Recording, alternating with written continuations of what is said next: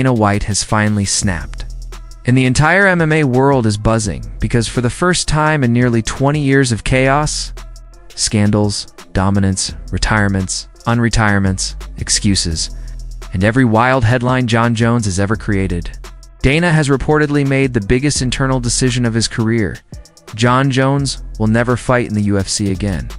Sources say Dana gave him everything: a tailor-made heavyweight debut, a vacant title shot, massive promotion, special treatment, and even the biggest single fight purse in UFC history. More than McGregor, Khabib, or Brock Lesnar, all to make the Tom Aspinall super fight happen. Meanwhile, Aspinall trained for a year, stayed ready, carried the interim belt with pride, and waited for the showdown the whole world wanted, but Jon Jones disappeared. No updates. No training clips. No negotiations. Nothing. Dana defended him as long as he could. But the moment Jones quietly rejected the historic offer and dragged out the division with silence, Dana White finally lost patience, ending the Jon Jones era once and for all. Jones is even willing to be there. He's willing to come out of retirement. Are you saying no to Jones? What's the... I haven't said yes or no to anybody yet, but I can't put Jon Jones in a position where he can, Right. You can't let this get canceled. I had a deal with him. We had a deal to fight Tom Aspinall. He said, you know what, I'm not going to do it.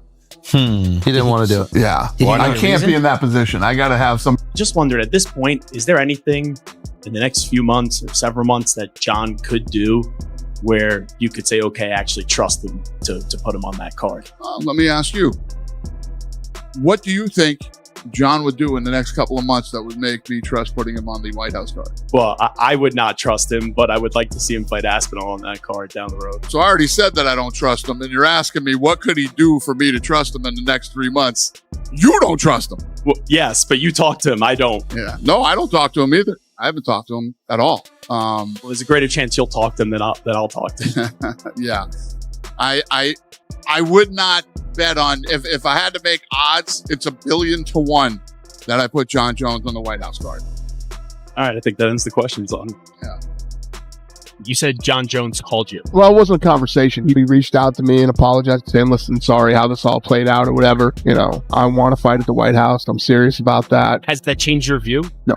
No, not at all. No. So there's no chance he's going to be. No, I appreciate him reaching out and doing that, but I need people I can count on for this fight, and I know who they are. Can't wait to see you compete the White House. Can't wait to see it. I know. I really hope it happens. Dana, bro, please, Please, I'm training. I feel great. I'm healthy. And I'd be so honored to represent our country. And now, after Tom Aspinall's devastating and medically confirmed eye injury he revealed the true extent of the damage, and the MMA world understood this wasn't weakness, but a real threat to his long-term vision and career. Jon Jones suddenly found his voice again. After a full year of silence, dodging questions, and avoiding Aspinall, he became the loudest man in the room, mocking him, laughing at the injury, calling him soft and weak, while ignoring the truth that he refused to face Aspinall when he was healthy. And that was the moment Dana White reportedly snapped. Because in Dana's eyes, Jon Jones didn't just turn down the fight. He sabotaged an entire heavyweight era, destroyed the UFC's chance at a historic showdown, and even ruined the marquee main event planned for the White House card, a card Dana had been building for over a year with presidential-level logistics. And when Jon went public, pretending he wanted to fight at that event, pretending he was ready and committed, Dana White finally shut it down. Jon Jones will not fight on the White House card. Not now, not ever. Not under Dana White. Not after all this. Because Dana has had enough of the inconsistencies, disappearances, fake retirements, contradictions, and public blame for negotiations Jon himself destroyed. And enough of watching Jones attack Tom Aspinall after avoiding the one fight that would have settled everything. And this time, the consequences are not subtle, hinted, or whispered behind closed doors. Dana White is cutting the cord completely. Because the truth everyone sees is simple. If Jon Jones truly believed Aspinall was weak, unbeatable or overrated, he would have signed the contract, taken the record-breaking payday, stepped into the octagon, and defended his legacy instead of letting it crumble under excuses. But he didn't. And what finally pushed Dana over the edge wasn't just Jon refusing the fight or disrespecting Aspinall or wrecking the White House super event. It was the realization that Jon Jones had crossed a line. Even Dana White could no longer defend himself to be missed very much, because the moment he left, he came right back. And by the way, I have no problem with all of this. We never had a problem with any of this. It was the fact that he was holding up the division, holding up the belt. Everyone said, please stick around. Stick around as long as you want. Just give up the title so other people can realize their dreams. Fun fights, one-off fights, legacy fights, super fights, all day. You're bigger than the title. Jon Jones is bigger than the UFC heavyweight title. He's bigger than any title. There's only a couple of guys who are bigger than the title. Jon being one.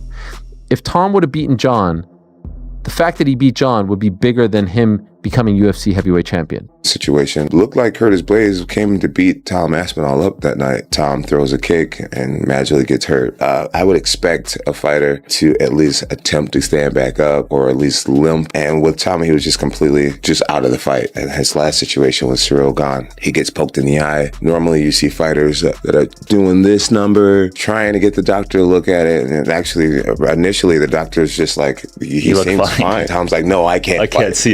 The guy wasn't trying to see. Yeah. The guy didn't want to see. The eye that he was covering appeared to be the eye that actually didn't get penetrated. One eye, the finger goes all the way underneath the eyelid. The other eye, it was on top of the eyelid. And he ends up grabbing the eye where the finger was on top of the eyelid. I don't even think Tom really knew which eye was supposed to be more compromised. He just knew that he had been fouled and it was his way out. So that alone shows me a little bit what's behind the facade of this whole Tom Aspinall character. And he's waiting around for Jon Jones for a whole year, over a year. Career on hold. Despite the fact that he told everyone, look, this guy ain't going to fight me. He's going to retire before he'll fight me. So you might as well just give me the title now. But unfortunately, the UFC, they wanted to believe that their GOAT was the man that they bigged him up to be. And they were wrong. And after working his whole life to become UFC heavyweight champion, this was the way it was announced. Jon Jones called us last night and retired.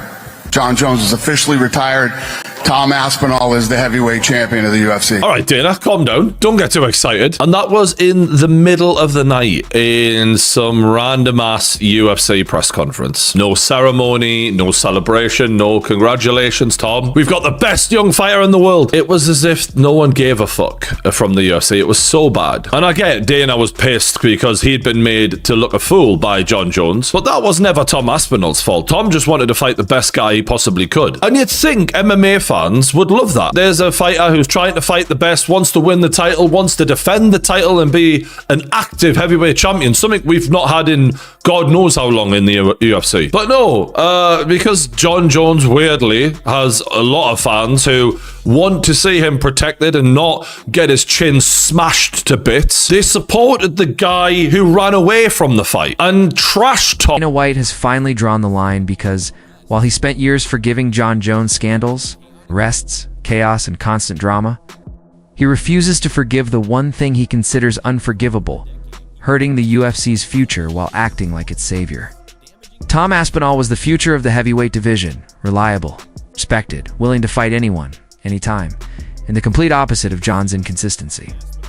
So when Aspinall suffered a medically confirmed, career-threatening eye injury from illegal pokes, instead of showing respect, Jon Jones mocked him, laughed at him, and used the injury to deflect from the fact he avoided the fight for a year end.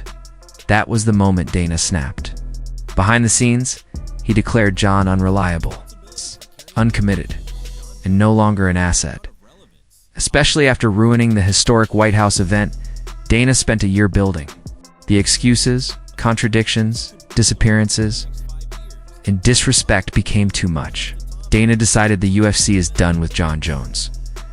The heavyweight division now belongs to Tom Aspinall, and the era of protecting Jon is officially over.